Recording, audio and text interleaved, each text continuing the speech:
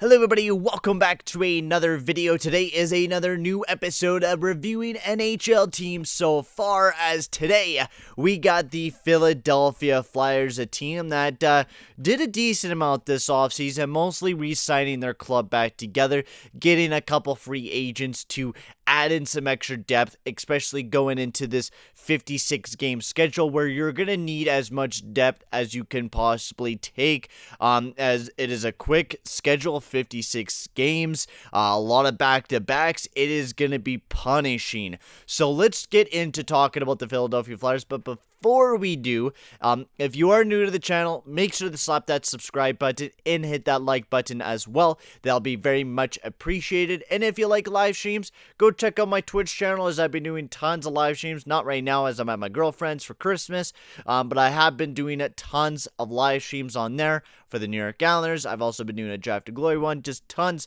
of great content from there. So let's get into talking about the Philadelphia Flyers. Unfortunately, I forgot my mouse, so I'm gonna have to use my touchpad, so it might look a little weird, but we're going to be talking about the Philadelphia Flyers, who unfortunately lost in 7 games to the New York Islanders, but they honestly looked really, really good. They just got outcoached by Barry Trotz, and I mean, a lot of teams do. A lot of teams get outcoached by Barry Trotz. Trotz is one of the best coaches in the league, and honestly, Philadelphia Flyers, I think, are a very good-looking team. They got a lot of young pieces coming towards. They got Kubal, defensive beast.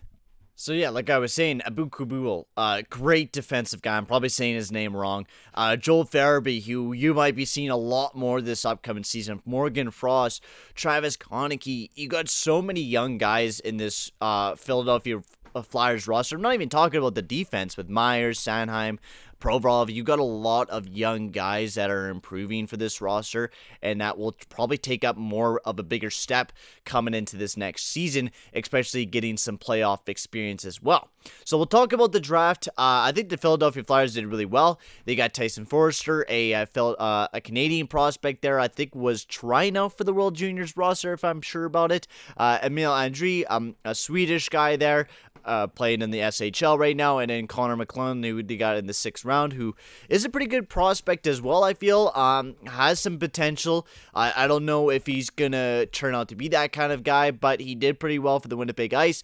He's right now in the AJHL, having a point per game right now, and he's been doing pretty damn good. So we'll get into the signings for the Philadelphia Flyers. As Chuck Fletcher really didn't do any moves. There was a couple minor moves, but nothing really too big. A lot of the deals were made in February, so not a lot of deals for Chuck Fletcher, as he was mostly focusing on free agency. As I guess there has been a little bit of rumors and tremblings coming from the James Van Riemsdyk right now. There's been a lot of rumors about him maybe being traded away from the Philadelphia Flyers, which is a total possibility, because the amount of money he's getting paid is definitely not as worth of what he should be paid. And I think he's in the depth chart. I think, yeah, he's like a third liner with Farabee, potentially jumping up into that top 6 here, maybe this year or the year after that. You got a lot of guys that could potentially jump up, right? Oscar Limbaum coming back from his being cancer-free now. Congratulations to him. But you got a lot of guys that could potentially jump up into that third line, that top 6 spot, and take over James Van Riemsdyk. So his contract and him, he's not really worth it. The only thing he's worth is that goal scoring power that he brings to your team. He's such a good goal scorer, not just that, on the power play as well. So let's get into talking about the deals. We'll talk about Oscar Limbaum. Guy deserved it. 3 years at $3 million. I mean, I was really excited when Oscar Limbaum got this contract signed, just because of the fact that all the stuff that he was going through and the rough year he had, to come back to the playoffs and play a little bit of hockey and now get paid. He deserves it. I'm glad he got paid. Kubal, he got paid 2 years at $1 million. Fantastic contract for a guy that plays so well defensively. This guy is a stellar third-line D guy. Not a defenseman before, but plays stellar defensively. He's like an extra defenseman out there for your team. Great guy. They got Robert Haig, another great pickup, 1.6 for 2 years. An already deep defensive core, so you add that to your defense core, it's just so loaded. Justin Braun, you got him to a deal, 2 years at 1.8. Another great deal for him. Eric Gustin, a 1 year, $3 million deal. great deal for him as well. Nolan Patrick, they got him back onto a deal as well. Nolan Patrick, he has been showing signs of maybe, just maybe, blowing up, but he just hasn't been showing that. He hasn't been proven that he is a number 2 pick, a top pick in the draft. He hasn't proved that yet, and I'm hoping he does. Injuries have kind of hindered Nolan Patrick a lot, and in the NHL, it's kind of been the same story. He has not been able to get past 30 points, and I feel like this year has to be the year where Nolan Patrick takes that big jump, or he's going to have players like Morgan Frost or Joel Farabee that are going to take spots away from a Nolan Patrick, and you might not be seeing Nolan Patrick in that lineup. Of course, you will definitely be seeing him most likely in that lineup, but with him on the IR, is he injured right now?